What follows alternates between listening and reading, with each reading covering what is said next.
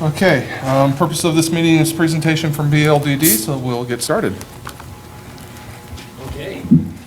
Welcome and good evening. We have a really interesting, fascinating, I think, presentation, and I hope that mic fits there. So I'm going to quickly review the first document that's on your in front of you. I'm going to spend literally 5 minutes going through it because we want to save the bulk of the time for going through the design. You've got two documents. The first one that I'm going to review is called an Educational Specification, and it is the answer to the question, why are we doing this? So we spent a lot of time interviewing, gathering a lot of information, and this summarized sort of our charge of what needs to be solved in the building design. So I'm only going to cover some quick highlights. As I start to turn pages quickly, I'm going to stop right here on this page, which is called Reverse Design Process. Essentially, you begin with the end in mind. You know, what are the sort of things that we want to have, like student outcomes, and then you work backwards to inform what the design has to do. It's a reverse design process. Then I just want to remind you that if asked, just sort of the activities that were involved in developing the educational program, starting with the in-class observations, which are shown here. What page, Joe? I'm on page 14. Hold on. 14. Okay, thank you. And then the tour of exemplar schools, which is page 15. The visioning workshop, again, where we asked stakeholders a series of forward-thinking questions so that we can develop a design solution that will allow this building to suit the needs of education, curriculum, and instruction now and in the foreseeable future. The next section is the input summary that starts on page 20. So page 20 is the summary of the answers to the questions we got about things like what skills will students need in the year 2033, what activities will need to be used, how should technology be used, those sorts of things. I do want to call your attention to the charts on page 23. The charts on page 23 talk about, they ask instructors and students, actually no, just instructors, how well does your current building accommodate the following activities? And if it accommodates it really well, it's shown in green. If it's okay, it's yellow. If it's red, it means it can't be accommodated. So you'll note there are a number of boxes. There are black dashed lines. These are opportunities that our new design should solve. So that's going to be some of our goals. These things that currently pose challenges are opportunities to be solved in our project. You can continue to turn page to, again, I'm summarizing. Page 31 is sort of a summary of overall goals. We heard 4 different types of needs. Foundational needs, meaning that the building needs to provide a safe, warm, and dry environment. It needs to provide shelter. A next level of need, then it needs to be functional. It needs to provide the program spaces that support current and future planned curriculum and instruction. It needs to be flexible.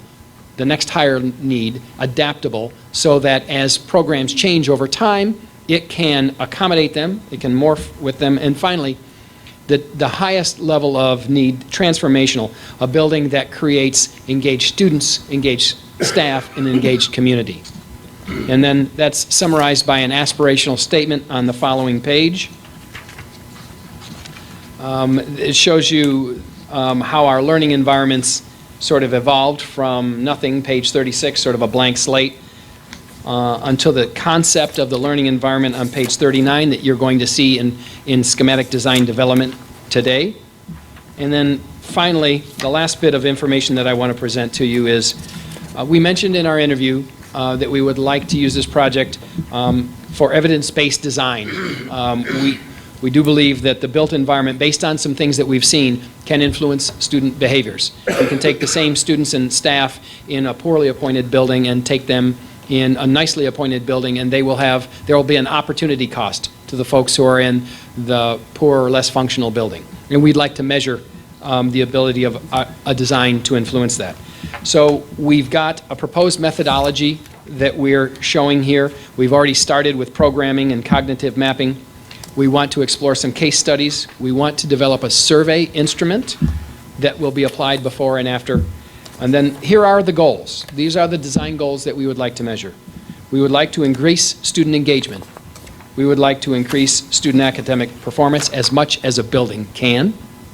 We'd like to enhance student behaviors as currently measured in the Titan Pride program. And our hypothesis is that by improving traffic flow through the building, making a logical, less congested traffic flow through the building, that we will enhance the student behaviors as currently measured in the Titan Pride program. By creating an environment that students find stimulating, student engagement will increase. And by creating environments where different learning styles can be engaged, student achievement scores will improve as much as a building can be attributed to that. And then finally, if you turn the next page to this map, 45, page 45, these were maps that we had students fill out where we asked them to look at the current building, tell us where they felt, what was the 2 words, Damien? Safe and comfortable. If you felt safe and comfortable, mark that space in green. If you were sometimes safe and comfortable, but sometimes not, mark that in yellow. And if you were not, if you didn't feel safe and comfortable, mark those areas in red. So our goals for the design are to turn the red areas to green. So that's the Reader's Digest version of the educational specification. What I'd like to do now is ask Steve Oliver to come up and lead us through the design solution. All right, we have some, we think, really exciting things to show you tonight. If you flip over to the other booklet, it's the larger 11 by 17 format. Just going to kind of walk you through this, and we're going to tag team up here talking about some of the different images that you're going to see, and we're going to be projecting them up on the screen as well. But really, this booklet is the culmination of what we call the schematic design phase. If you recall from a month ago, this board selected the option B, floor plan concept option, and we've taken that, further developed it, refined it, started to look at how this could look on the exterior. We've had additional meetings with the administration, and really this schematic design establishes what we call the general scope, the conceptual design, really the scale and relationships among the components of the project. So this is just the first step in what's a long development. So this, and by no means is meant to represent the final finishes. A lot of that has to be worked through the next phase and the design. But at the culmination of schematic design, what we hope to do with your approval is that we are headed in the right direction, that we have the general feel, the general design, the major features incorporated in this so that we can take it to the next phase, which is called the design development phase. And that goes on for another, 2-3 months, I think. 2 months left. So that's where we really start getting into the systems, the materials. We start working very closely with the construction manager, working back and forth with cost, and balancing the budget and the design together. And that's an ongoing iterative process that goes all the way through till we go out for bids. So anyway, if you want to open the booklet, you can see the table of contents in there. We've got the overview, which in that we have included the mission statement for the school district, as well as the Vision 117 sort of outcome statement there. We also have included in there on page, let's see, this is page 6 and 7, is the program for the building. This is really where we go through and identify space by space all the various spaces that are needed in this building. We assign a square footage to that. We assign efficiency factor to this to get an idea of what the total square footage of the building we think will be, and again, making sure we have all the spaces incorporated within the building. So this kind of gives you sort of a good reference as you look at the floor plans to see the spaces that are incorporated in there and roughly what square footages are assigned to those. So it's sort of a guiding program format. On the next page, page 9, this is the Wordle that you recall. This came out of the community engagement process, where basically the participants were asked, 3 words, describe what you would like a visitor for District 117 to describe your district facilities as. So this was sort of the Wordle that came out of that. You see the big words that jump out: inviting, engaging, innovative, progressive, modern, state-of-the-art. Those are the sort of things that came from that community engagement process. So we just included that in there as a reminder as well. So to get to the exciting stuff, on the next page 11, and Debbie, if you pull up on the screen, we're going to have the same images up on the screen that you're going to see in the booklet. And we're just going to kind of walk you through, starting with the site plan. Again, Some of these are very familiar with you from a month ago. This is the site plan, the proposed site plan for the building. Lincoln Avenue, again, being at the bottom of the page down here. Is this working? Just a minute ago. Doesn't appear. It looks like, there it is. Lincoln Avenue, again, down here. In gray is the existing building. In white, we're showing the proposed addition. So we're showing the proposed gymnasium addition to the north. The Cafeteria Commons Information Media Center in the center of the building, adjacent to the courtyard. The classroom addition on the south end, as well as classroom addition along the west side of the building. And then entry canopies, main entry to the building right here. So again, the dark paving represents new paving. So we're showing a parent drop-off on this side of the building along the main entrance, and the visitor parking being right up along the main entrance here as well. We're showing a proposed drive adjacent to the street across Park Street over here. So bus drop-off could occur along the east side of the building. So buses could come in, drop students off at this entry canopy, dumps right into the common space as well. Really, again, is like we talked about last time, the importance of really separating the parent drop-off from the bus drop-off. There's a lot of congestion if you've been out there at the start of the completion of school. So this really alleviates a lot of that congestion by separating that traffic as well. And creating the entrance to the main parking lot across from the street here, where right now it's offset slightly, so there's a little bit of congestion and difficulty with traffic flow patterns as well. So this is, again, the general concept site plan, very similar to what you saw a month ago, but a little further developed. So if we can flip to the next slide, we are going to jump into the floor plans, and I'm going to have Damien come up here and walk you through those of further development. All right, thank you, Steve. Well, before we get looking into the changes from what was originally called Option B, start just with a little general overview, just as a kind of reminder for the plan. So as Steve was mentioning on the site plan, we've got the main entry here off of the west side of the building off Lincoln. We're showing an event entry near the new gym on the north side of the building, and then the bus drop-off here on the east side of the building. Just as a reminder as well, we've got this 7th and 8th grade wing here stacked. The original construction is shown here without the hatch on it, and then you can see the classroom additions here. Each of these 7th and 8th grade areas is broken up kind of into two teams. So you've got a team here and a team here. Each of those would have a math, a science, language arts, social studies. They would also have a planning area adjacent for teacher use and direct observation into centralized commons areas. Also, the 7th and 8th grade areas have this central hands-on and science area, which in a minute Jeff will go through in a little more detail.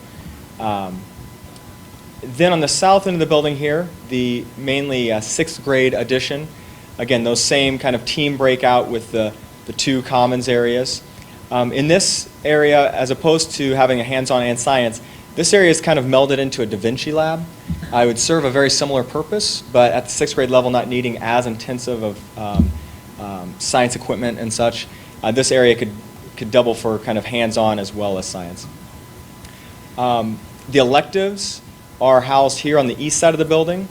So both 6th, 7th, and 8th grade can access those spaces as independent areas as opposed to being within their dedicated corridors, if you will.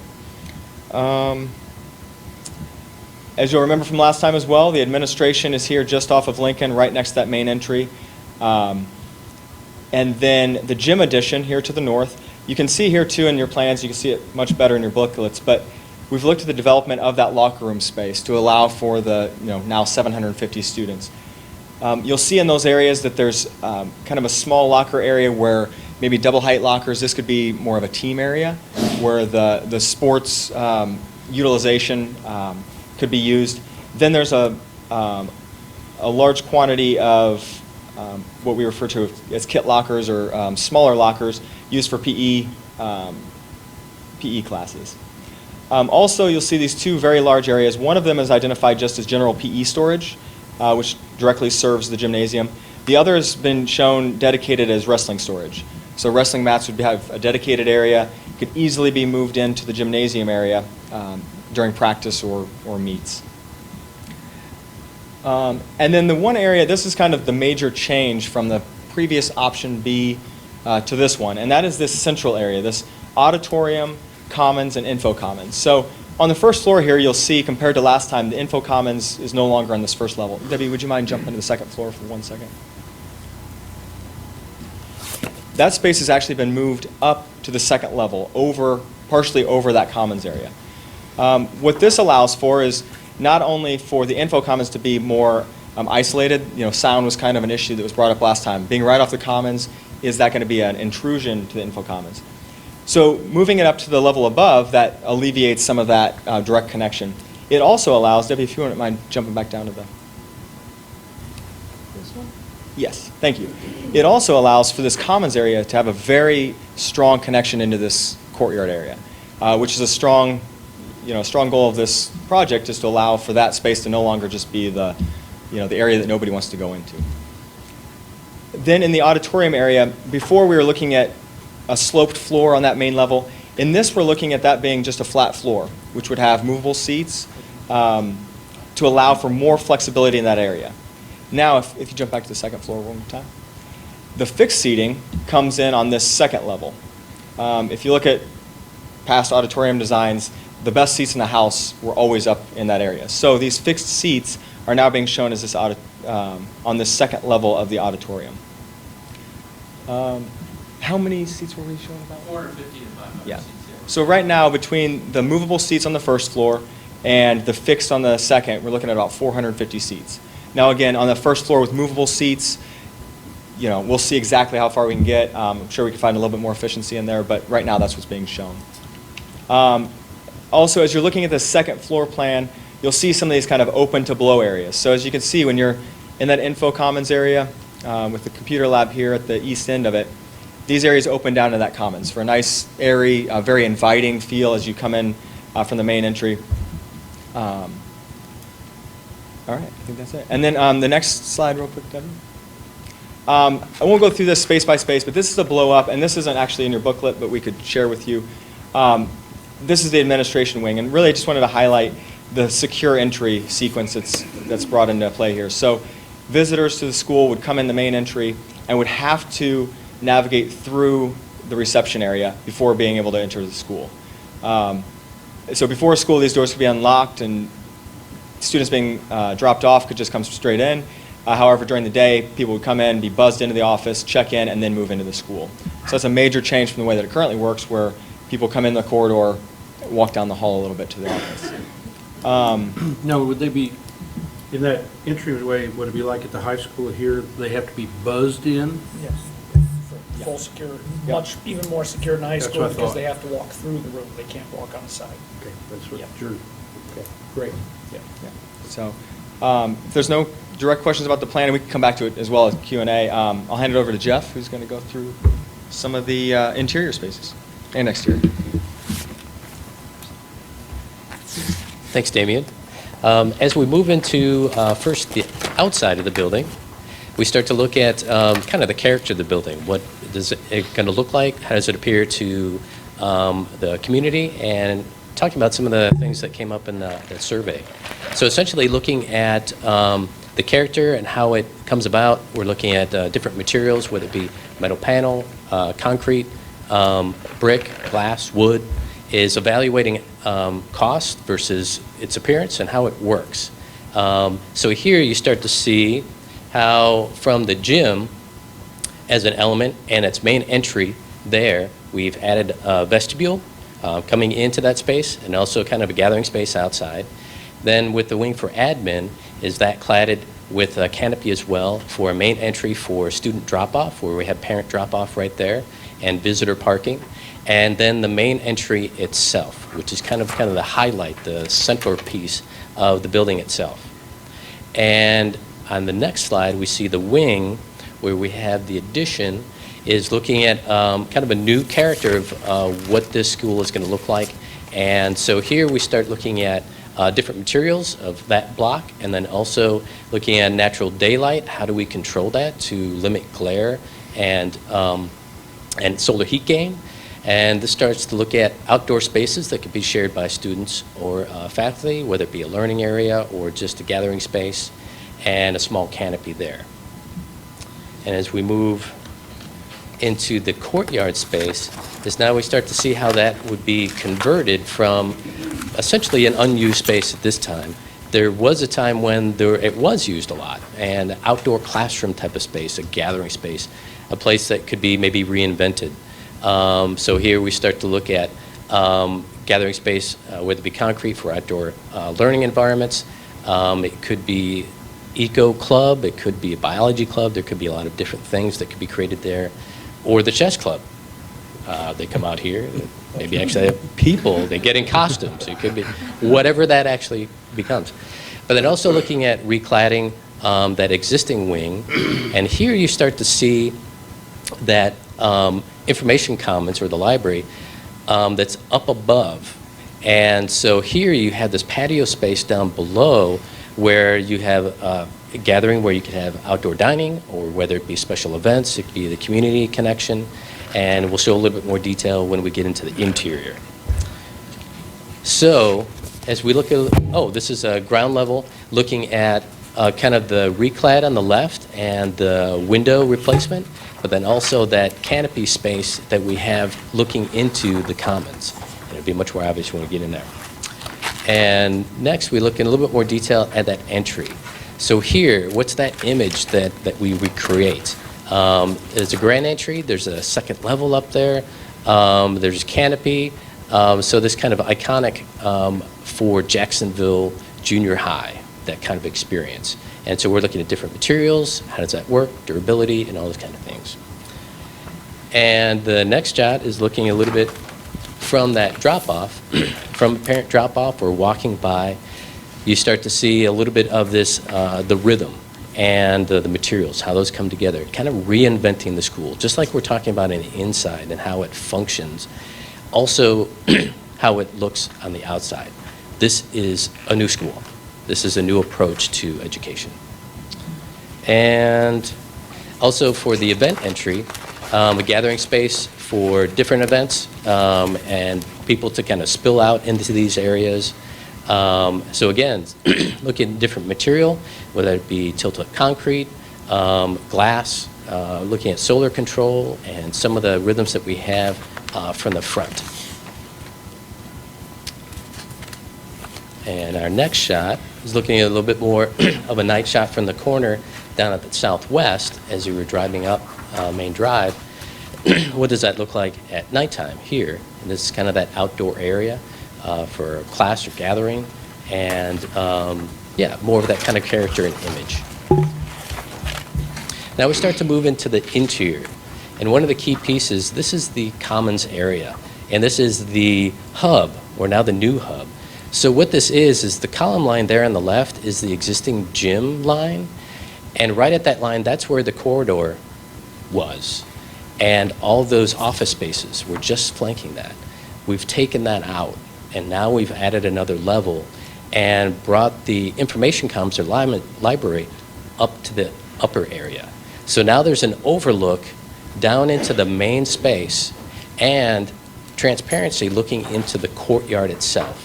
So this becomes a main gathering for dining, activity space, gathering space for different events. It's also could be a place for the community to come together. We joked about maybe someone might want to get married here. You know, so who knows? When we met in junior high, we're going to get married. Hey, it would make a great story. Okay. So we start to see how some of that rhythm comes through, and then that upper area in the library, we'll have another look at that, is that there's some private or acoustically separated, some is kind of mild acoustic separation, and for the most part, it's visibly open. It's a core piece of the school. And main staircase coming through there, and the next shot shows a little bit more. This is from the other side, and looking at information commons, this is that classroom. Now, maybe it won't be a computer classroom all the time. It could be then a dedicated private library, or maybe it's opened. Gives you flexibility. These catwalks coming across are to connect to the balcony on the auditorium. And again, here shows the visibility into that courtyard space where you have that patio, outdoor dining, outdoor classroom, gathering, whatever that might be. Now, that's got to be able to lock, too, correct? Yes, Okay. yes. So it'll be a fully secured and controlled however you choose. And so if that's locked for students to not be able to get into or to get into, we can provide that.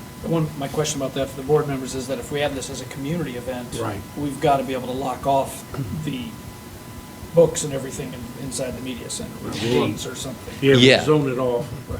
Yeah, and we have a shot upstairs, which is the next shot, where we can, along this kind of beam line, we can actually create that. So whether it be a gated piece that comes down or slides across, it'd be easy to do that, because just to the left, there's already a glass panel for kind of a semi-separated space, and then the classroom beyond that is totally encapsulated. So it'd be a small gate that you would actually need. And so that kind of area spills out, so there could be daily event kind of news, how information is delivered. It's kind of the hospitality kind of approach that's a little bit more inviting for kids versus maybe at the end of a corridor. It's at the core. The next shot shows coming in, after you come into the entry, the admin is to the left, and this is now opening up into that main common space. And then you get a glimpse of that opening into the auditorium. Okay. And so here, this is where, it's basically circulation, but then also how larger events could actually take place, where you could have the entire school in this space at one time. And so being able to do that, having the flexibility to do that if you wanted to, gives you that choice. Next shot gives you a glimpse into kind of at the very back side of the auditorium as you're still in kind of the commons, and looking into, there's a divider wall right at that line that you could separate the auditorium acoustically for special events that are private, but then still have public events that are happening within the commons. So you could have both. So you might have a play going on at the same time as a sporting event. You can be able to maintain that and not have an issue. The next shot shows directly inside of the auditorium, looking at, this is the main opening that's in your gym right now, and maintaining that floor, we just repurpose it as the stage that it already is. And so we've added this balcony element that almost doubles our seating, and so now you have the best seats in the house right up above.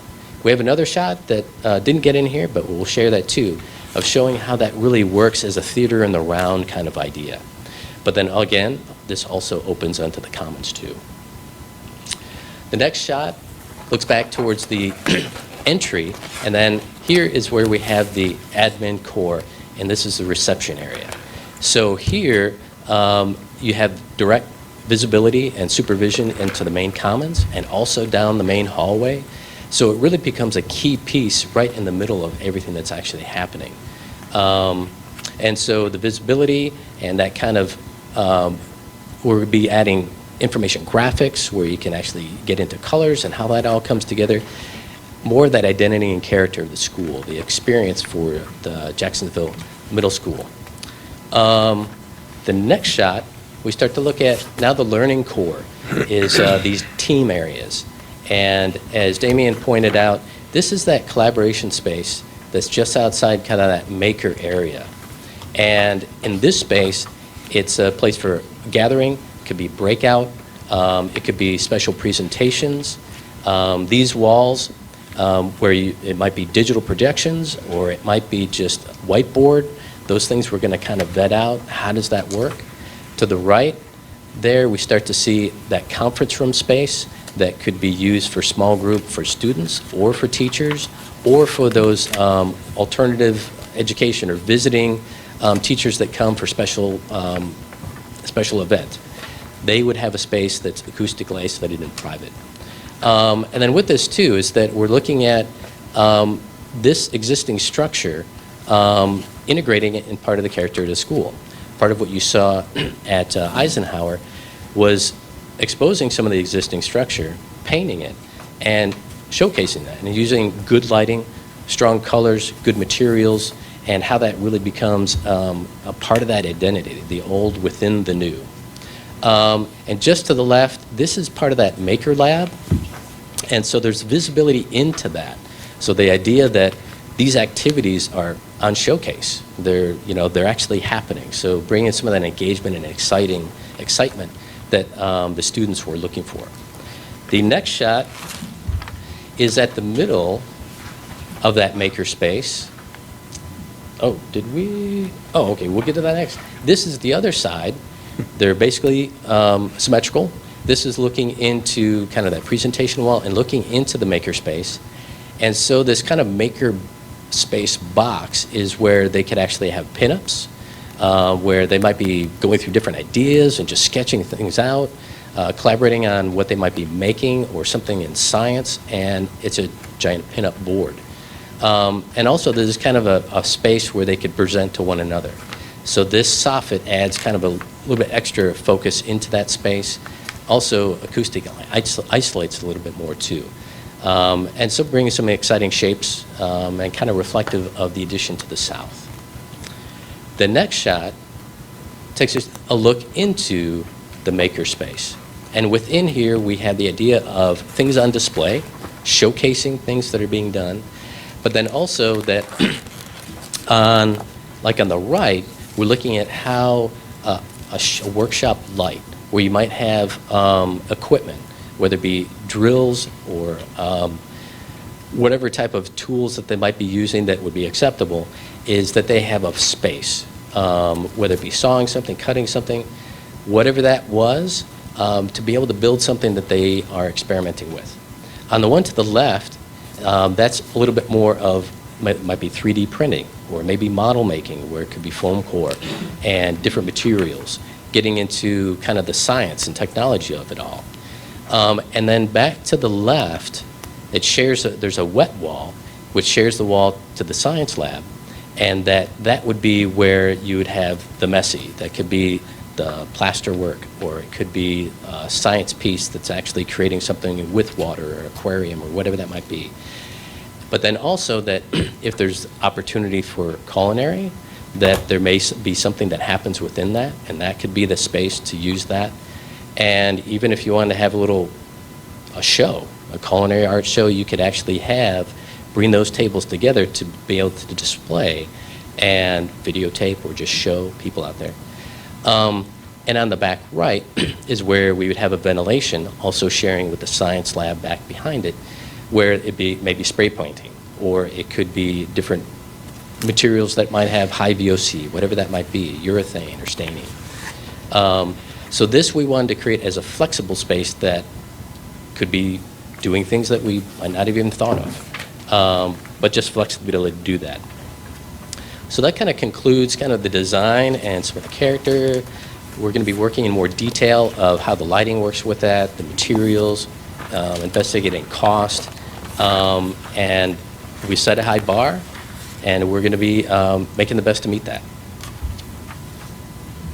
We've got one other interesting thing we want to show you. We're going to let Damien go over here and navigate this, but we've got a link that'll get us inside this information commons area, and we can look around it in 3D. So we're going to pull that up on the screen here and kind of navigate around that to help you get a little bit better idea of what we're thinking in there. Do you want to talk about this, Sam?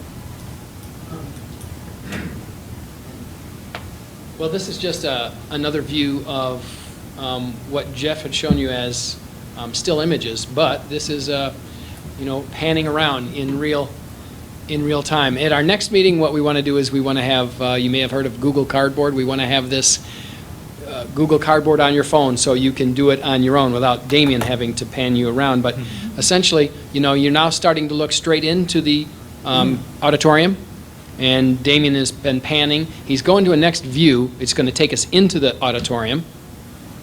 And so those look like fixed seats. They are not. Those are the movable seats in the auditorium, but it was easy to find that particular seat for the rendering. But those will probably be stackable chairs. But and those aren't skylights. We just sort of started to, yeah, the roof didn't apparently come all the way to the edge of the wall in our model. The balcony is fixed seats. But the balcony is fixed seats, yes, Steve, that's right. And so this is looking back out, so you're looking into the commons, and so Damien's going to take us into the courtyard now. Okay, so to the right is the two-story with the reclad wall, all new windows, okay? We probably won't have those big trees in there. If Craig's in this room, he's probably killing us that we put him in the rendering. You know, we're not going to increase the maintenance work. We'll work with Craig to develop the proper landscape, but this, you know, helps give it a nice feel. And so the area that I think is going to be one of the most appreciated by the students is where Damien is headed right now.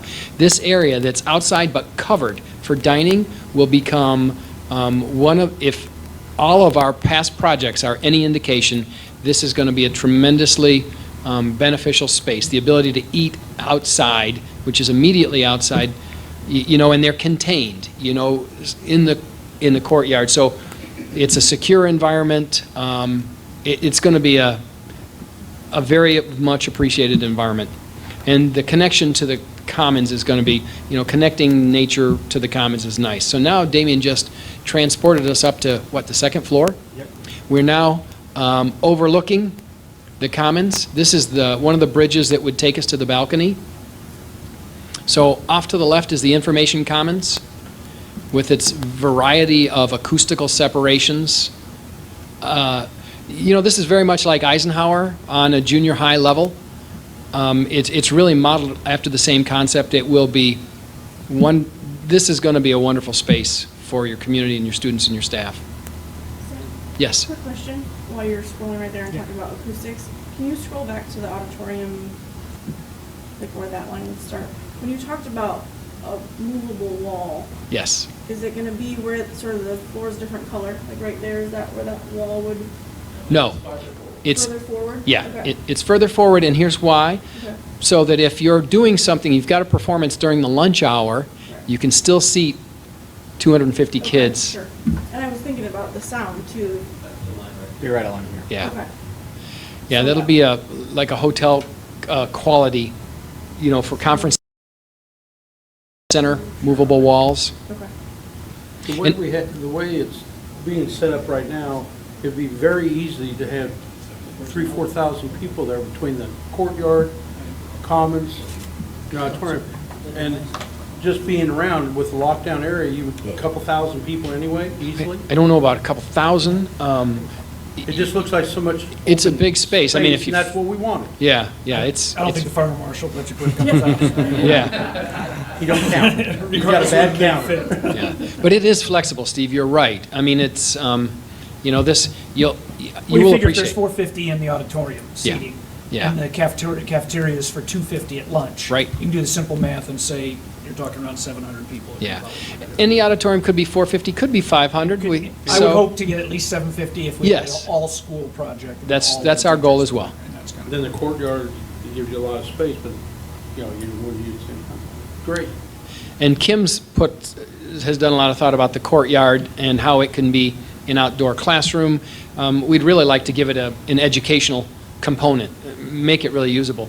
You want to spend a second just talking about that, or do you?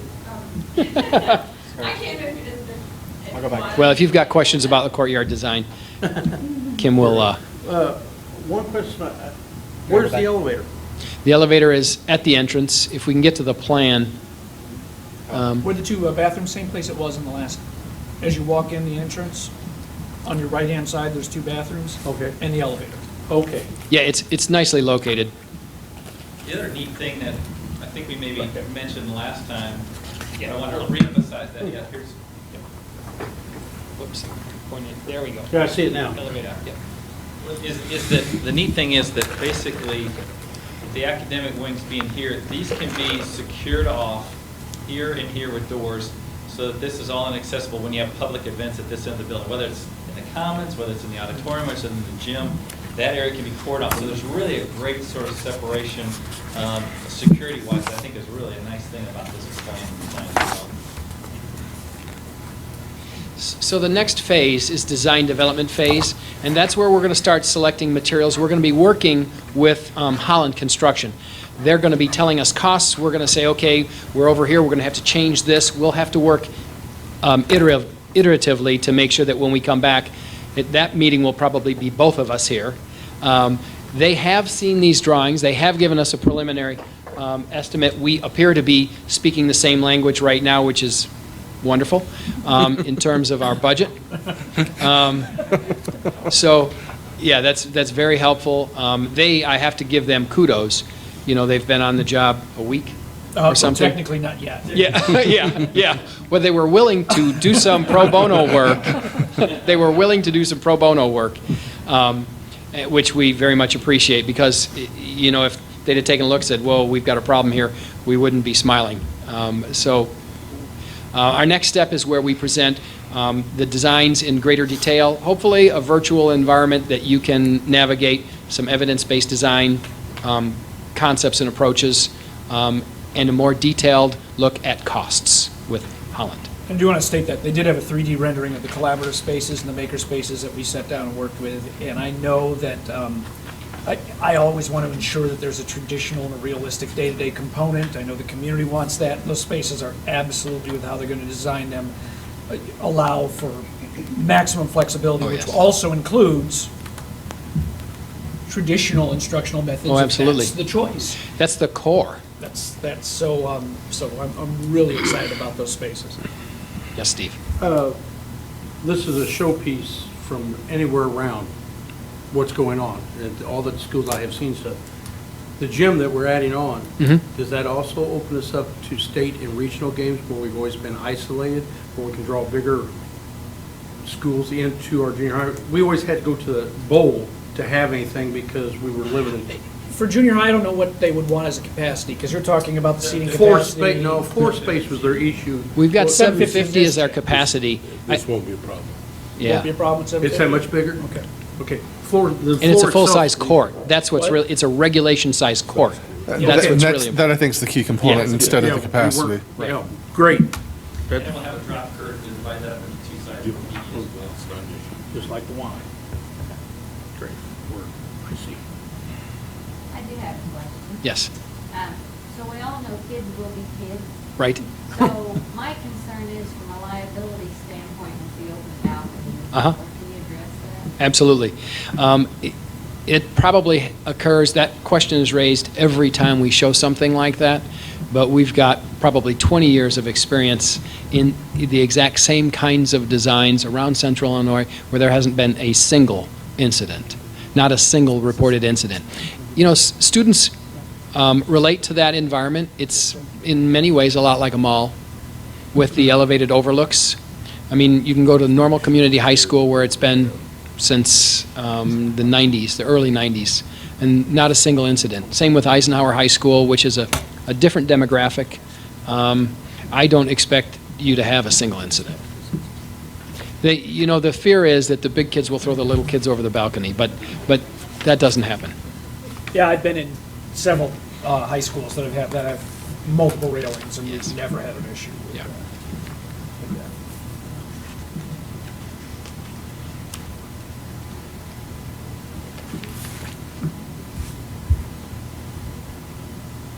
Are you guys excited? Is that a yes, sure? And in the back of your booklet is a description of materials that Kim put together. You want to review those Sure, quickly? yeah. As Sam and Steve also mentioned, our next phase is design development, where we start looking at the systems and develop those further. We put together, just for a basis of having that first discussion with your construction manager, with Holland, so that we can get an idea of, give them an idea of what we're thinking of finish-wise, systems and that sort of thing, in order to develop the budget that they did, to make sure that we are on the same page. And obviously, we found out that we are at this point. So, but it's just gives you a preliminary description of systems, interior finishes, that sort of thing, so that we'll continue to develop that as we talk to the teachers' administration and find out what it is specifically that they'd like. And that we can afford. Yes, yes. Always balancing that.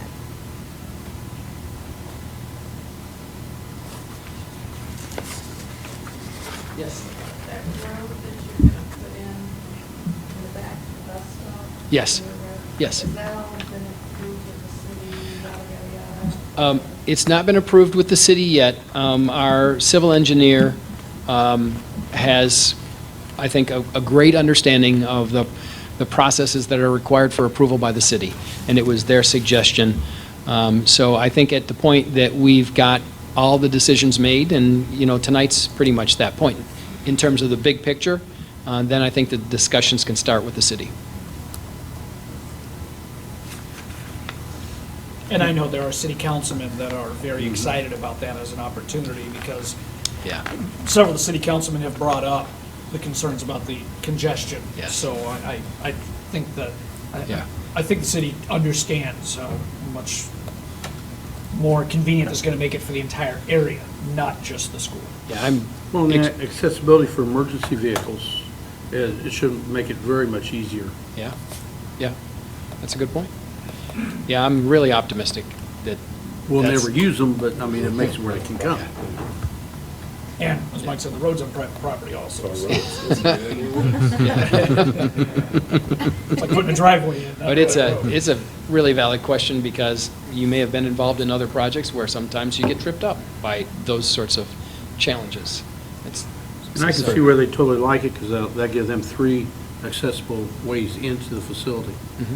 It is, but the big thing, I think, is that the community members who live around Turner have such a rough time with traffic right Yeah, now, that if yeah. it's gonna make it easier on them, day-to-day living, quality of life, I don't see anybody being against that traffic flow change. Yeah. I've got friends who live right across the street in several different houses. They're happy. Looking through, electrical, this is geothermal included with Yeah. with this. I think that's what we discussed. What we're talking about, yeah, we've got to do a thermal conductivity test of the soil, and then our engineers will be doing life cycle cost analysis to make sure that is the right choice. But that's our hope, that it is the right. And if it's not because of something like that, that's actually, the other options are Yeah. original investment, Maybe lower. maybe lower. Yeah. Okay. Yeah. And the field potentially would go under the practice football field, Yeah. or south of the building? Yep. There? Directly east of the Yep. Okay. Just like it did to Eisenhower. You may not have noticed, but when you looked out over the football field at Eisenhower, there was a geothermal wall field under it. New lockers? I think so. Yeah, that's our hope, because we're obviously taking out banks of lockers where we're putting in the collaboration commons, and, when we did the tours with the staff, looking at the 2-tier double high, 15-inch wide locker is ideally where we go to make up those quantities. That's like MacArthur's got, correct? Exactly. Yes. Yep. Plumbing, I see that this is also a complete electrical system. Yeah. Upgrade the service and distribution. All of them are capital components. So the boxes we got that we can't get parts for, we Yeah, don't they're have to worry gone. about it? Yeah, they're replaced. Okay. And that'll probably give a whole lot of storage room in that room, too. Yeah, yeah. Most parts for other buildings. Yeah. Very true. Yeah, let's make sure we But, recycle. We're- Let's look at some of the intercom and paging. So a lot of the technology that we saw in Eisenhower and other places in the classrooms, that we're including that in this. Anything that's not included in this that you've seen in your other buildings that we need to consider? Well, I think we've shown, what was it, $500,000 for technology, which would be your choice of, laptops, iPads, those I sorts was of talking things. about building structure. Oh, no. Yeah. It'll be all Yep. Wi-Fi setup, Yeah, definitely. I think Wi-Fi has got to be a given today. how about the drainage in the courtyard? It'll absolutely be addressed. I see you had Is, it in. is something like that a big concern that we're gonna have to worry about? I don't think so. I think that with reasonable civil engineering, that will be easily accommodated. Now, I shouldn't say I just easily. don't want the auditorium floor to be. No, we don't want it to seeping flood. leakage. Yeah. And I can see us developing some rain collection as part of science, that maybe even helps the drainage issue. It's all downhill to the creek. Yeah. Towards the creek inside. Very good. So the next phase is when you're going to start to see the equipment that's going into spaces, the storage that's going into classrooms, and the further development of the design. They've got a couple things separate from the original budget. One, you just mentioned the $500,000 for the board about the technology. Right. There's the $21.5 million dollar amount, which is what we originally spoke about. Right. The original bond that we thought was going to be $24 million. Several conversations I've always had with contingencies and everything else, that the maximum go to. Yeah, oh yeah. Well, that $21.5 million does not include 900,000 for asbestos abatement? How much? About $1 million About $1 for million asbestos. for asbestos abatement. Yeah. So that's added on, that's 22 and a half. If you put $500,000 in for other technology upgrades in the building. And then completely new furniture, about 700,000. Right. So the only thing I do want to stress is that if we do get into some cost overruns, we might not have new furniture in the building. That's just, because we can replace that going Yeah. down into the future. But that's, I just want all the teachers and everybody involved in the building, they're already envisioning all the furniture from Eisenhower and all the furniture from MacArthur, and I hope it happens, because we don't have any cost overruns. But I think when you go into a project like this, I think you guys think it's a little smart to at least mentally prepare. It's good to mentally prepare, although that's a very, I think that's a, I'm very optimistic you'll be able to do that. It's a good budget. Well, we got to build you a building to put it in first. Correct. After we get the New furniture without the building's not, definitely not. Yeah, gonna be it. so I think everybody ought to, they can hold off if we had to, because we're buying new furniture every year. But I would love to have the building. So we're looking at, bottom line, if without the furniture, we're looking at 23, 23. and that's It's everything. turnkey, walk in, it's ready. New Except for locks, maybe new door locks, new keys, everything. Pardon me? New locks, yeah. This sounds like a small thing. When you're an administrator in a building, it's not a small thing. Right. Well, the Some science speakers, we would expect that you would, Yes. and the forks and the knives and the spoons and the ladles. But other than that, it's a finished building. What's the most popular now for the lock systems you're talking about now?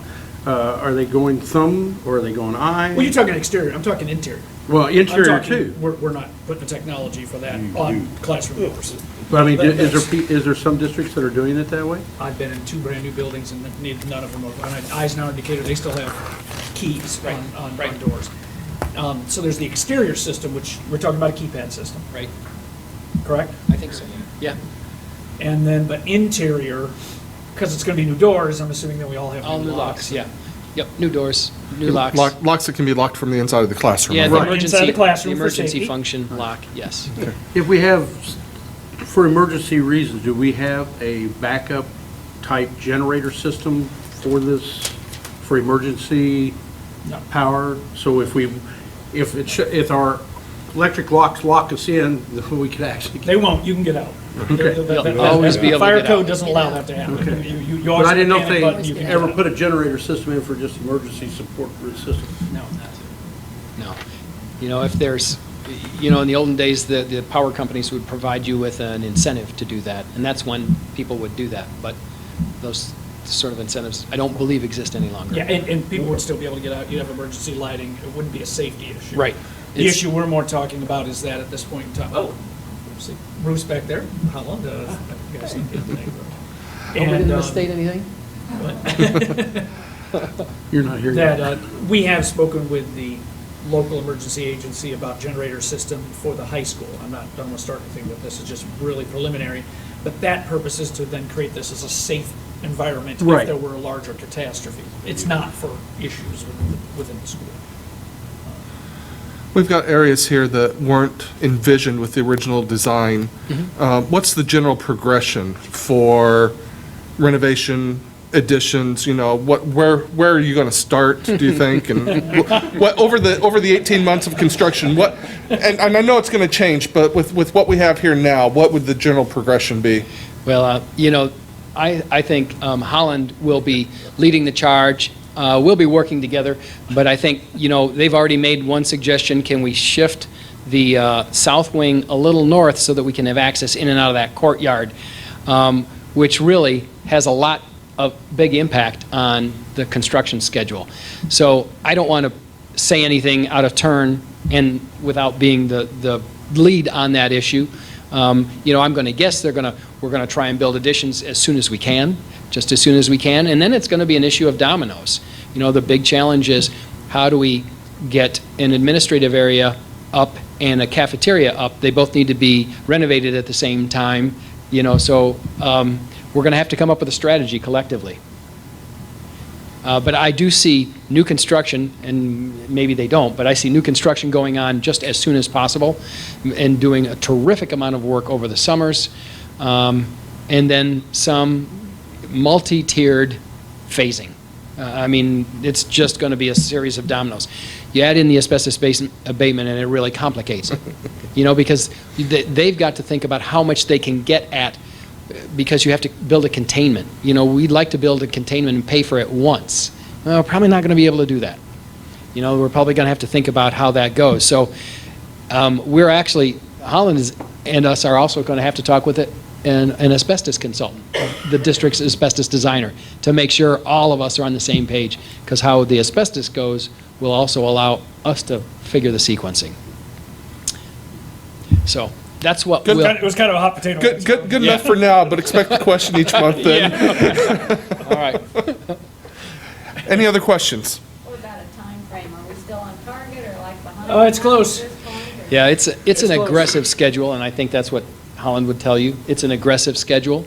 We're shooting for September of 2017.